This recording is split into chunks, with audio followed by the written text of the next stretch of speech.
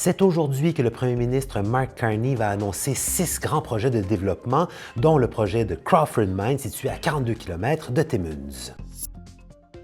Our budget makes generational investments to build at home. La série de projets décrits par le cabinet du premier ministre comme transformateurs en matière d'énergie, de commerce et de transport dans tout le pays s'inscrit dans la nouvelle politique Acheter canadien présentée par M. Carney lundi dernier. Selon Ottawa, le projet de mine de nickel-cobalt à ciel ouvert et d'une usine de métallurgie sur place aurait une capacité maximale de production de minerais de mine de 240 000 tonnes par jour et une capacité d'entrée de minerais de l'usine de 120 000 tonnes par jour. Selon l'étude d'impact du projet, l'opération couvrira une superficie d'environ 11 700 hectares et comprendra le déplacement de la route 655 ainsi que le déplacement d'une ligne de transport d'électricité. L'étude d'impact ajoute que sur 30 ans, environ 1 715 000 tonnes de minerais seront extraites à un rythme pouvant atteindre 240 000 tonnes par jour. Le projet prévoit poursuivre le traitement du minerai pendant 11 années supplémentaires après l'achèvement de l'extraction.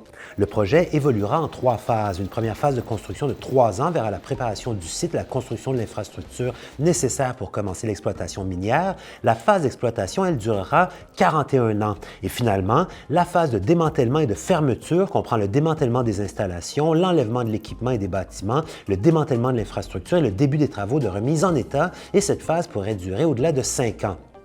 C'est à 15 h ce jeudi à Timmins que le ministre de l'Énergie et des Ressources naturelles Tim Hodgson devra en faire l'annonce officielle.